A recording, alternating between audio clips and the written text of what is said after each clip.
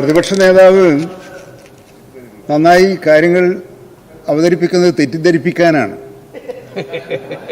ഒന്നാമത്തെ പ്രശ്നം, 2013 ഉത്തരവിൽ 0 മുതൽ 12 വരെ എന്ന് വെച്ച ആ പ്രദേശങ്ങളിൽ ഒരു ജനവാസ കേന്ദ്രവും ഇല്ല എന്ന് ഉറപ്പിച്ചു പറയാൻ മലയോരത്ത് ഏതെങ്കിലും MLA കഴിയോ?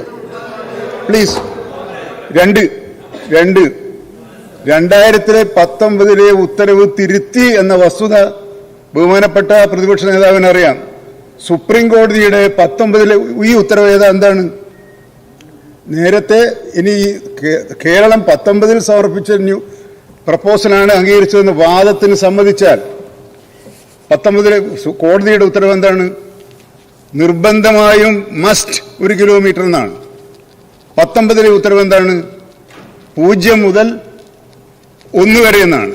അപ്പോൾ 22, 23 സംരക്ഷിത പ്രദേശങ്ങളിലുള്ള സ്ഥലത്ത് 5 മീറ്ററുമാകാം, 10 മീറ്ററുമാകാം, 15 മീറ്റർ, പരമാവധി 1 കിലോമീറ്ററാണ്. മറ്റത് കോടതി ഉത്തരവ് നിർഭാഗ്യവശാൽ വന്നത് നിർബന്ധമായും മസ്റ്റ് എന്നാണ്. ഇത് തമ്മിൽ ഒരു വ്യത്യാസവും ഇല്ല എന്നാണ് പ്രതിപക്ഷ നേതാവിന് തോന്നുന്നതെങ്കിൽ എനിക്ക് അങ്ങയോട് എന്താ പറയാനുള്ളത്? ഞാൻ വേറെ ഒരു സംഭവം വായിച്ചില്ല. നിങ്ങൾ എല്ലാവരും വായിക്കണം.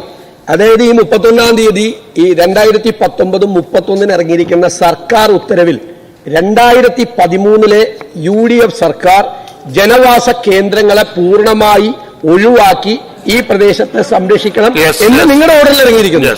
2019 നിങ്ങളുടെ ഓർഡറിൽ ജനവാസ കേന്ദ്രങ്ങൾ ഉൾപ്പെടെ എന്ന് വെച്ചിരിക്കുന്നു. കൃത്യമാണ്. പ്ലീസ് നോ അന്ന് ഇതിനെ ആവർത്തിക്കുക. ഞാനോട് ഈവനിങ് അല്ല സ്പീക്കർ ഇപ്പൊ തന്നെ എന്റെ 5 മിനിറ്റ് പോയി. ഞാനൊരു 3 മിനിറ്റ് 4 മിനിറ്റ് സംസാരിക്കുന്നു. ഈ സംസാരിക്കുന്നു ബഹുമാനപ്പെട്ട പ്രതിപക്ഷ നേതാവ് സംസ്ഥാന സർക്കാർ എടുത്ത നിലപാടാണ് ഈ സുപ്രീം കോടതി വിധിക്ക് ആധാരം എന്ന് പറഞ്ഞല്ലോ. പക്ഷേ 2011 ഫെബ്രുവരിയിലെ കേന്ദ്ര